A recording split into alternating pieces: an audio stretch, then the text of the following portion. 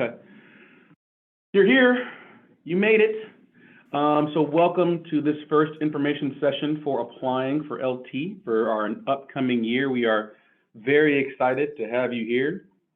I will tell you right up front that we are recording this session. So on the off chance you find this session inspirational and you think of some folks who should be applying to this organization along with you, you can send them to our website, leadershiptomorrowseattle.org, and they can find a link to this replay.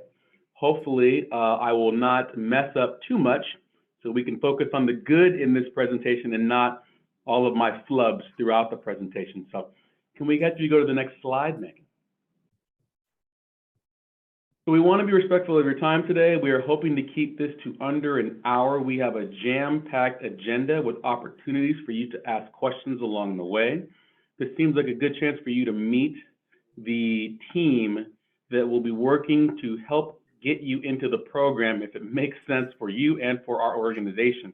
So I'd introduce Megan Rudolph, Sue Bennett, and the Screening and Selection Chair, Aaron Parker. We will have question time at the end, but if you have questions along the way, please feel welcome to put them in the chat. While I am gabbing, I probably won't be looking at the chat, but I will circle back and make sure that we try and get everybody's questions answered. Whatever we can't answer during today's session, we will likely follow up with you after the fact to get that question answered for you. So I will quickly turn it over to Sue. All right, well, I am going to set the context for the conversation about the flagship program by first talking about Leadership Tomorrow's mission, vision, and values. So our mission, which is our purpose, our reason for being, is to educate, inspire, connect, and catalyze cross-sector leaders who work together for collective impact.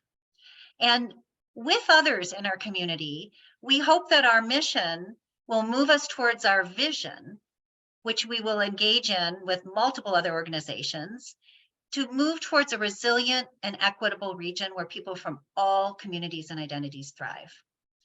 And as we move into this vision by living into our mission, we also want to act and behave according to our values, which are a foundational part of the flagship program as well. And those values are accountability, anti-racism and social justice, belonging, collective leadership, community stewardship, and curiosity and humility. And I really encourage you to go to our website where we say a little bit more about what each of those values means to us. Next year's class will be our 40th class, so it'll be a really special year. We're looking for candidates who share and demonstrate our values and are excited to join a community of 2,500 other inspiring leaders who are also working collaboratively to make our region more resilient and equitable. So that's a little bit about the organization. Back to you, Carl.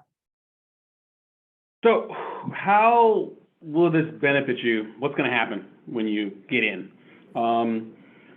I tricked this organization into letting me serve as the board chair, or I was tricked, one or the other.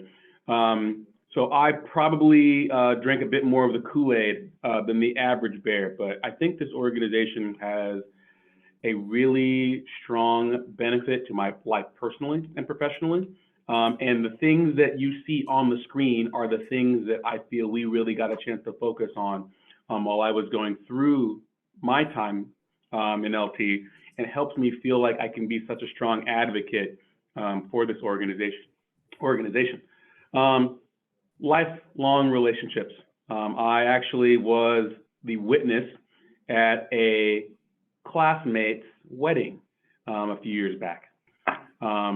Strengthening the connection to this region. There are things that are happening here that you may be aware of. There are things that are happening here that you may not be aware of. And LT does a very good job of letting you know what's happening in the region and how everything is connected and how you can plug in and help improve the region in which you live. We also spend time working on developing your leadership potential.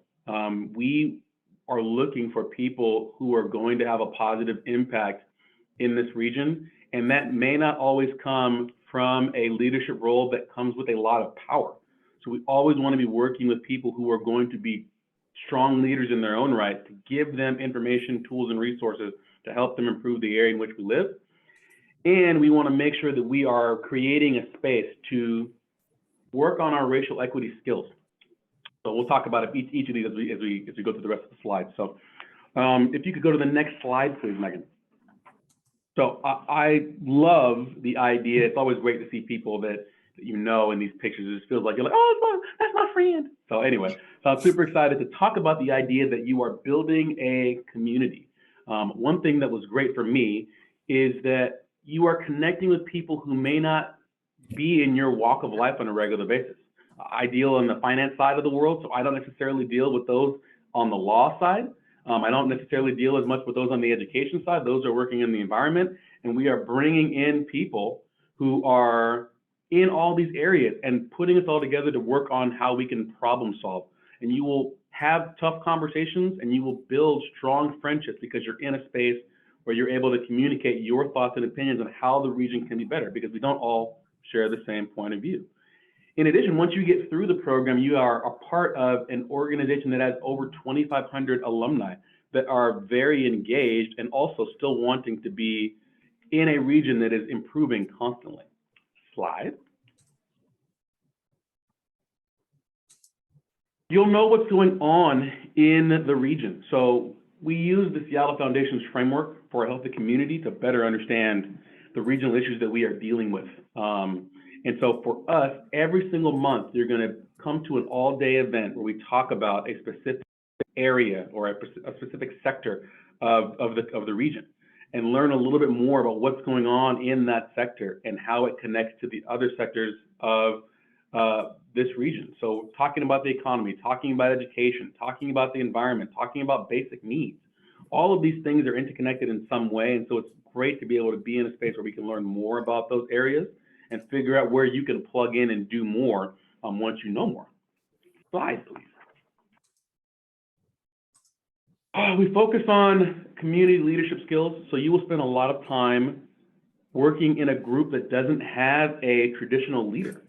And so it's great to understand how you can focus on listening to each other to try and solve problems, how you can focus on speaking in public to make sure that you're communicating your thoughts and opinions on a specific problem or an issue, and how to persuade people to see your point of view while also receiving their point of view at the same time. So you'll get an opportunity to work in smaller groups to be able to practice these skills, which is very, very helpful and something that you can definitely take back to your regular day job, right? To be able to solve problems or resolve conflict, even if you're not in a space where you are the person in charge. You can use these skills to help move the organization in a positive direction. Slide, please. Part of the vision is that we talk about creating a community where people are thriving, where everyone is thriving. And addressing racism and advancing racial equity is a big component of that. So we do spend a good bit of time talking through the history of racism in this region, how it impacts the different sectors that we all are working and thriving in, and what are the things that we can be doing to help improve this region for as many people as we possibly can. So you'll also get the ability to meet in race-based caucusing groups to talk through some of the information that you're receiving during the challenge days and to help you process what you have learned and navigate a positive way forward within the cohort and also within your professional situations. With that, I think I would like to turn it to Aaron. Hello, everyone. Here we're going to talk about the structure of our program. And so as you see here on the screen, there's 6 kind of key components. The orientation, which is how we start the year, where you're going to meet your cohort, review the program expectations, and kind of set the stage for the work we're going to do around race and racism throughout the year. We have the fall retreat, where we have leadership perspectives and frameworks. We're establishing the personal learning goals and building community of belonging with your cohort. And you're reflecting on your own racial equity experience. We have our program days mentioned by Carl earlier, where once a month we get together to cover one topic, include some experiential activities, some role plays, small group discussions, race-based caucusing, some case studies, speakers, a wide variety of ways that we're going to engage you all. That's once a month for a full day. Then you have a mid-year retreat focused on deepening the understanding of and confidence to address kind of racial inequities, and practice having courageous conversations with each other in your cohort. And this is definitely one of the most memorable aspects of LT. I'll say that both retreats are great. You gotta love when you can disconnect, get away. You have, of course, the business and the professional thing that happens during the day. And then, of course, you have the social piece after, because why not? So we love a good time. And then after the retreat, you have there listed the leadership lab. And that's an opportunity to practice your leadership in a small group, not in the larger, but just a couple people get together and really hone in on some of those skills you're learning through the retreat and those program days. You're going to meet some specific, leaders in the community, work on some community service projects. And this is meant to be applied learning, a place where you practice what you're learning in the cohort. Definitely a great experience. And when I had my leadership lab, and I went through in 2017. And then you have individual learning. So there's going to be some work that we're going to ask you to do prior to those program days, prior to the retreat, following the retreat or the program days. There's some work that you have to do individually, where you can get together with your cohort and the larger group to discuss. And that really is kind of making sure that we're working towards everyone kind of having the same fundamental kind of foundation as we work through the program, but also we leave with the same kind of understanding of what it takes to really build a healthy community. Next slide. All right, and so who is in the flagship cohort? And so we are looking to create a cohort of 80 participants. We try to make a good mixture of the participants, so you have private, nonprofit, and public sectors represented, where our goal is 45% people of color. Our age range is roughly 25 to 60 years. And these are all people that live and work in the Puget Sound area. And just to highlight, this is really one of the only programs where you meet and build relationships across sectors. When you think of other leadership or management training or, other programs, it really is kind of focused in, this is a tech program or this is a public sector program. But really, Leadership Tomorrow does a great job in making sure that you have that good mixture of the different sectors coming together to work through, because we know the answer to solving the issues out in the community is not a one sector thing. It isn't, we all are very much aware of kind of what's happening with the homeless right now. And to think the answer lies down in SMT, the municipal tower, the mayor's going to have the answer to what's happening. No. The Human Services Department is going to have the answer. No, it's going to be a combination of public, private, nonprofit, everybody coming together to kind of develop what those solutions are. Next slide. All righty, and this just really calls out kind of the what you need to do in terms of applying for LT. Really thinking about the application and the interview. These are two components that everyone participates in, and they're weighted equally. But you need to be sure to put as much effort into the application as you do your interviews. The applications are due April 3rd. And everyone who applies is given an opportunity for to have an interview. And really, coming from my screening and selection lens, we really want to give people the opportunity to really showcase their skills, whether it be taking the time to write it out and having time to have some thoughtful responses, or maybe my strength is really killing the interview. And so we want to make sure that we offer both of those to applicants into the program. And so again, after you apply, you're going to receive that invitation to the candidate orientation, which will be April 4th at noon. And this is where we'll talk more about kind of what to expect following the application that you submitted. And then after you apply, you'll get a 30-minute interview with 3 people from LT Screening and Selection Committee. And the interviews run April 10th through May 10th. And again, everyone who applies receives an interview. And just to put it on your radar, the people who review your written application are not the same people that sit in the interview with you. So being mindful of that when you share that information, to not believe that just because you wrote it in the application that the person doing the interview knows, like, oh, you know what I've done. But and in your interview, you'll be reminded of that as well. But just making sure that you pay very close attention and put a big emphasis on both of these aspects, as they're something that will be scored and reviewed separately. Next slide, please. And so what does LT look for in a candidate? As you see here bulleted out are kind of our 6 characteristics of the candidates we're looking for. I should have zoomed in more, now I can't see, sorry. As you see there, we have a commitment to community engagement, leadership in their area of influence, curiosity, openness to multiple viewpoints, and a desire to broaden their perspective, willingness to work in a multiracial learning environment, engage with others at different stages in that learning journey. So know that we purposely don't just bring in everyone who, is deeply engaged in that journey and has been, doing the work, DEI work for 20 plus years.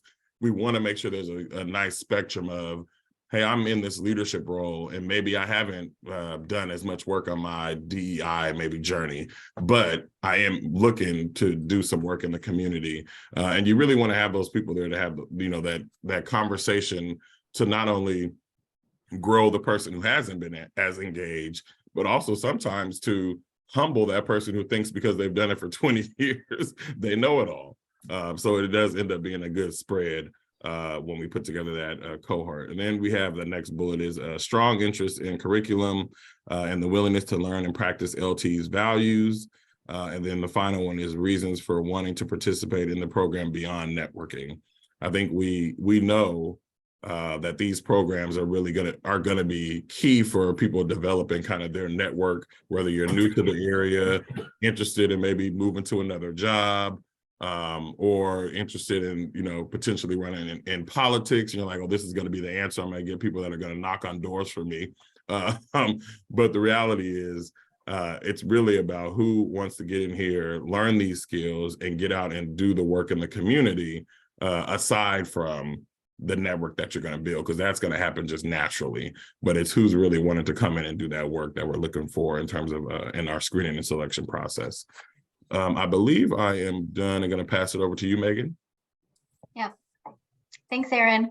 Hi, everyone. My name is Megan Rudolph. I'm the Senior Communications and Development Manager at Leadership Tomorrow, and I want to thank you for being here and for your interest in Leadership Tomorrow. So for my section, I'm just going to share a few tips and recommendations to help you apply. First of all, I just want to say going through LT is a very meaningful experience for our participants. And it's most meaningful when folks really have the time and the capacity to participate. So before you start your application, I do recommend going online and checking out the LT'24 program schedule. I want to highlight that orientation, fall retreat, and the mid-year retreat are all mandatory events. And we do that because they're just really essential parts of the program, and they're things that you don't want to miss. So you want to make sure you're available for those dates. I also recommend checking out our flagship program description. I think sometimes people go through the program thinking it's one thing, and then it turns out to be something different.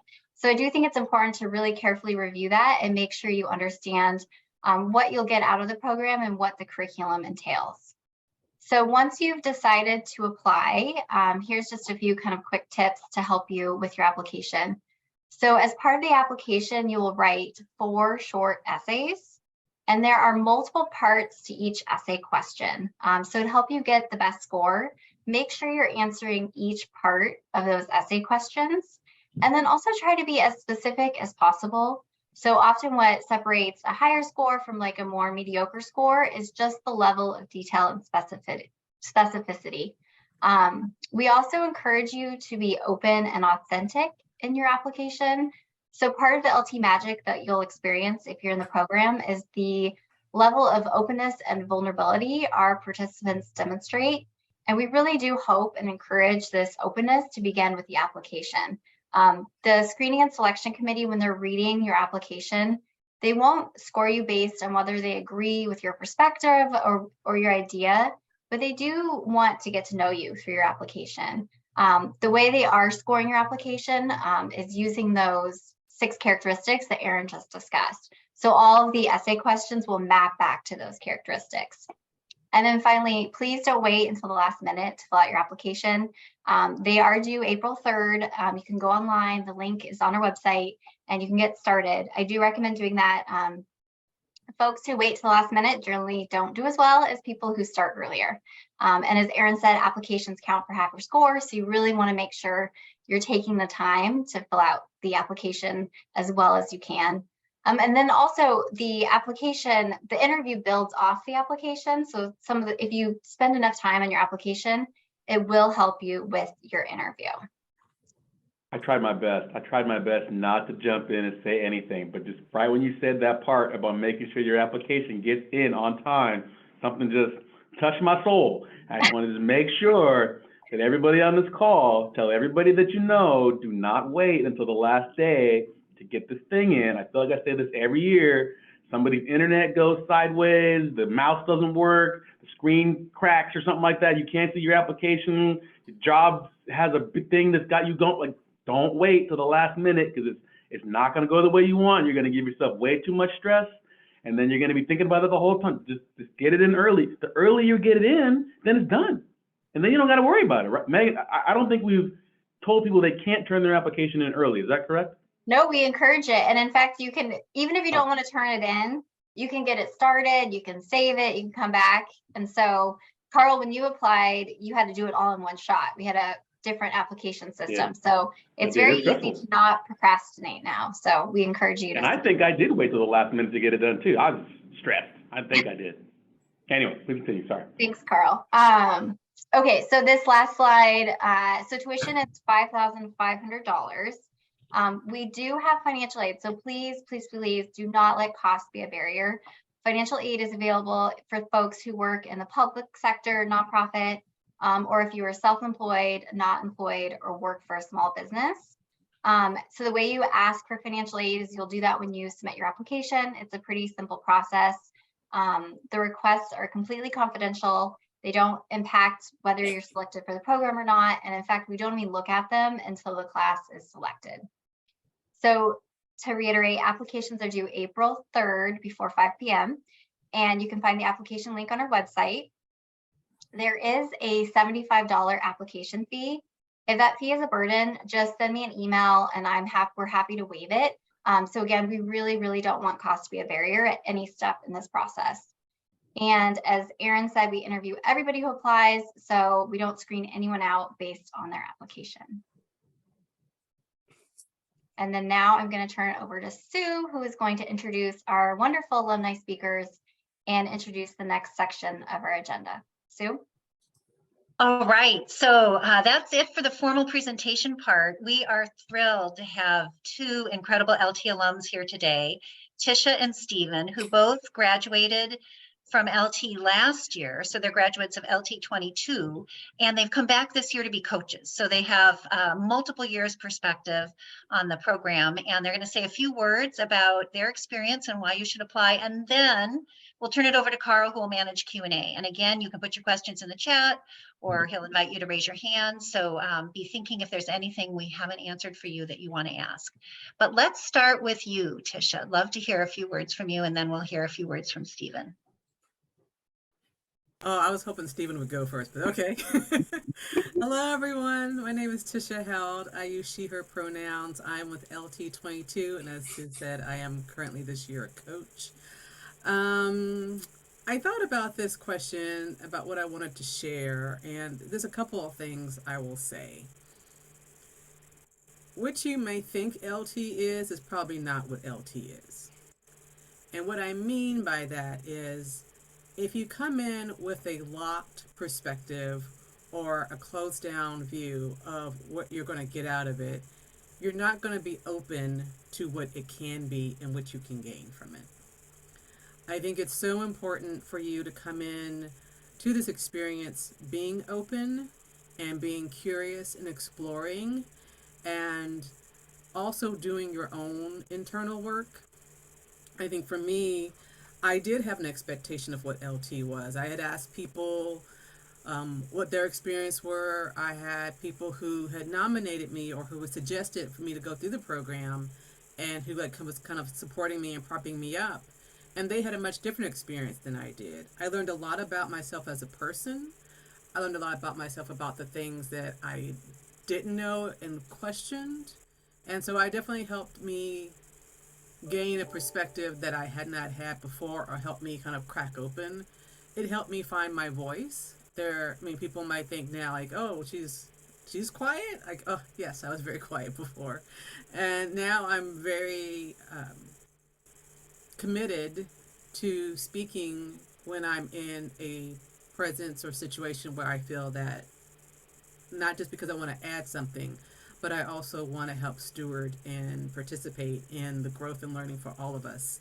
I um I also want to say that think about your essay as an exploration about what you want to achieve with LT. And an example is I wrote my essay about homelessness and about some ideas about how our communities could work together. And during LT, I had an opportunity to change roles and get promoted into a new role. And so now I am a philanthropy and foundation manager for one of the largest not-for-profit credit unions in the United States. And I just recently, this past year, supported a grant for housing stability. And it was one of the ideas. And so really having that idea, but then going through LT and then figuring out how I could have a space to really do the work that was important that I learned about. And there's so much that you learn. So I think I probably took up more time than there was allotted, but I'm always happy to answer questions, to share more of the experience. But I would just say stay open and really think about how you want to grow and learn and do your own work as an individual. Don't wait for everything to happen within that sector. What you walk away with, keep asking yourself those questions. Why did I react that way? Why did I feel uncomfortable? Why do I have the need to speak in these situations when maybe my voice isn't needed? How can I have supported better? You know, really, really think about those things as you're going through the program. Don't put it outside, put it internally. Thank you. Well, Tisha is always a hard act to follow because she's so articulate and so thoughtful, but I'm going to give it a try. I think what everybody else gave very good descriptions of I think generally what the program is about. So why don't I extend that a little bit, sort of personally. I do think that I think Carl might have mentioned the different sectors and the different people who are in the group, and I think to use overused word diversity. I think that the fact that you have people from all different sectors, all different walks of life, different perspectives, and I think Tisha touched on this, that you will learn from them, you will be exposed to them, and I know that, and the reason why I'm back is partly I really liked the fact that it was out of my particular realm or element or sector. So you'll have that particular exposure generally to the whole cohort, but you might more specifically have that within your lab team, because somebody mentioned these lab projects, and so you end up working with a smaller subset of that, between 6 and 8 folks. And actually, Tisha and I were in the same group and got to know her, and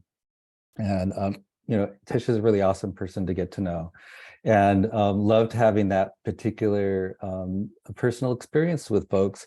And I think a strength of the program is not that it's an education platform or an informational platform, is that with these projects you get to work with people. So as you looked at all of those values, the ability to practice things, to learn by doing, to maybe try something new that maybe you don't get to do in your work environment because of the limitations of that, the ability to lead in a different way, to you recreate that for yourself. You have the ability to do that within those work groups, and I thought that was really super helpful. I mean, there's a lot of of people figuring out sort of where they fit in and getting together. But once you do that, it's really a beautiful thing. We had a really great experience with our group. And so I think looking at the personal experience with people on the broader level and the individual level is important. I think the last thing I'll mention is around the value around social justice and racial equity and the focus on that. And I will say that there were, I would say, challenges sort of within the group last year, trying to have a program which had this as a particular focus and how to proceed with that in something which, I personally think is one of the most challenging things that our society faces, or maybe the world faces right now, is how to deal with these issues on a personal level, on a global or systemic level as well. And LT is trying to do, and a regional level, and LT is trying to do that. And I think what was most admirable about it was when things weren't quite working or being quite received the way that the cohort wished it to be, that there was definitely some self-reflection within the program itself and some adjustment and some changes. And there were some huge changes between what was done last year and this year. And I attributed that to kind of being accountable, which is one of the values. And I attribute that to really wanting to take on this issue of these social issues. And it's really hard, and there's going to be mistakes that are made along the way. And so I guess I'd have to say, and I don't know if I've ever said this to you, Sue, but I think the program itself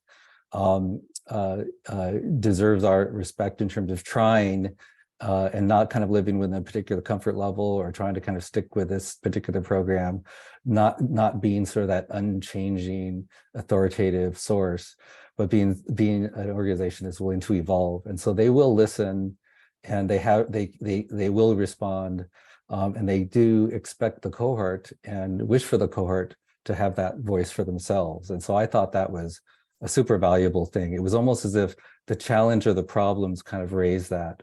And to me, it seemed to make it more valuable. So I'm going to stop there. But thank you, Tisha and Stephen. Your voice of experience is so rich and meaningful. I really appreciate those comments. And yes, Leadership Tomorrow is on a learning journey, as am I, as are all of us. And there is something about being on that journey together in community that sustains me, and I think can sustain all of us in what is a marathon and not a sprint, for sure. All right, we're going to stop